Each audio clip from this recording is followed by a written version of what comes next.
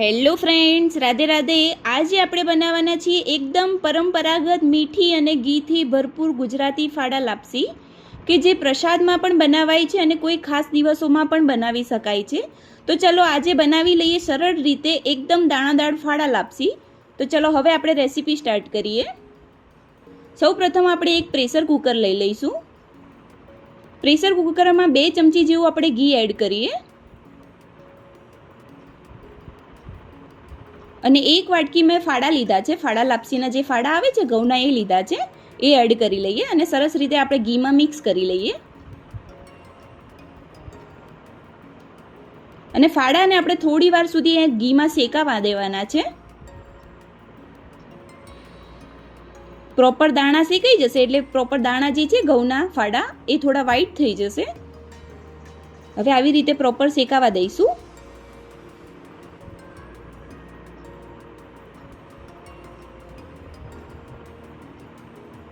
હવે જે આપણા ફાડા છે પ્રોપર શેકાઈ ગયા છે ઘીમાં.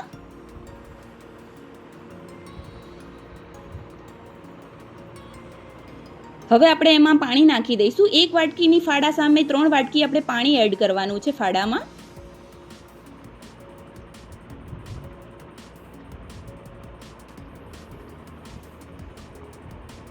હવે આપણે સરસ રીતે મિક્સ કરી લઈએ.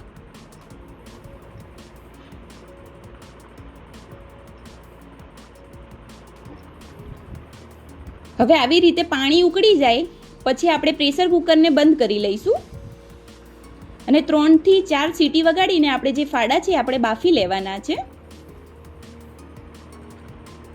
હવે 3 થી 4 સીટી વાગી ગઈ છે અને પ્રેશર બી નીકળી ગયું છે. હવે આપણે ચેક કરી લઈએ. હવે જે આપણા ફાડા છે પ્રોપર રીતે બફાઈ ગયા છે.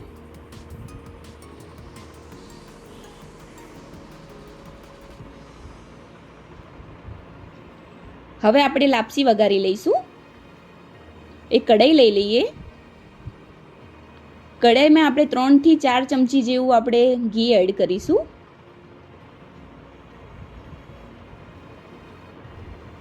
હવે ઘી ગરમ થઈ જાય પછી જે આપણા બાફેલા ફાડા છે એ એડ કરી લઈએ.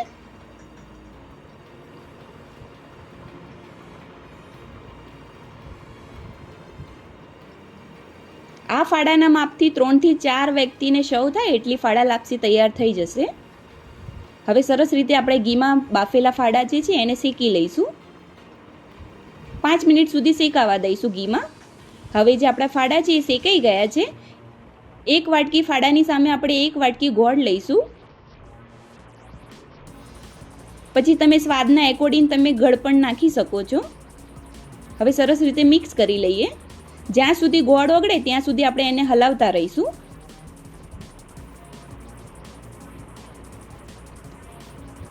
આપણે ધીમે ધીમે હલાવતા રહેવાનું છે જેથી આપણે કઢાઈમાં લાપસી ચોંટી ના જાય.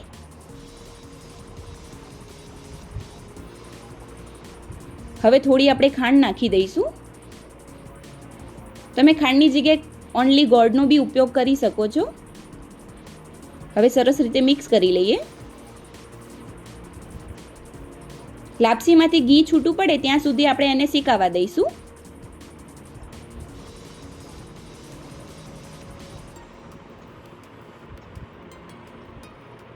હવે ફ્લેવર માટે આપણે અડધી ચમચી જેવી એલાયચી પાવડર નાખી દઈએ જેથી ફ્લેવર સારો આવે લાપસીનો. હવે સરસ રીતે મિક્સ કરી લઈશું.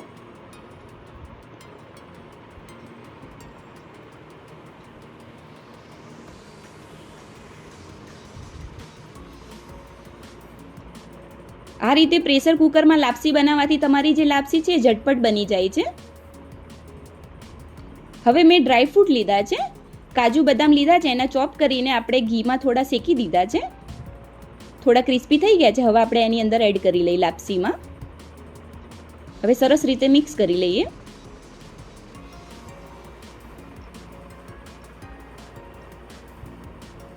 હવે જે આપણી લાપસી છે એમાંથી થોડું ઘી બી છૂટું પડી ગયું છે અને પ્રોપર શેકાઈ ગઈ છે. હવે આપણે ગેસ બંધ કરી લઈએ અને એક બાઉલ લઈ લઈએ.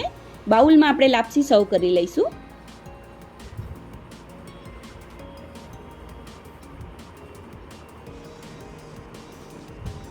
તો મિત્રો તૈયાર છે ગરમા ગરમ ગુજરાતી ફાડા લાપસી. અને આ લાપસી ઠંડી થયા પછી લાપસી એકદમ છૂટી અને દાણાદાર તૈયાર થાય છે અને તેનો સ્વાદ પણ ખૂબ જ સ્વાદિષ્ટ આવે છે. તો મિત્રો તમે પણ આ રીતે બનાવશો તો 15થી 20 મિનિટમાં જ તમારી ફાડા લાપસી તૈયાર થઈ જશે. હવે આપણે ગાર્નિશ માટે થોડું કાજુ બદામ મૂકી દઈશું. તો મિત્રો તમને આ રેસીપી વિડીયો કેવો લાગ્યો એ જરૂરથી કમેન્ટ કરજો અને વિડીયોને લાઇક, શેર અને મારી ચેનલને સબસ્ક્રાઈબ જરૂરથી કરજો. ફરી મળીશું એક નવા કન્ટેન્ટ સાથે. રાધે રાધે.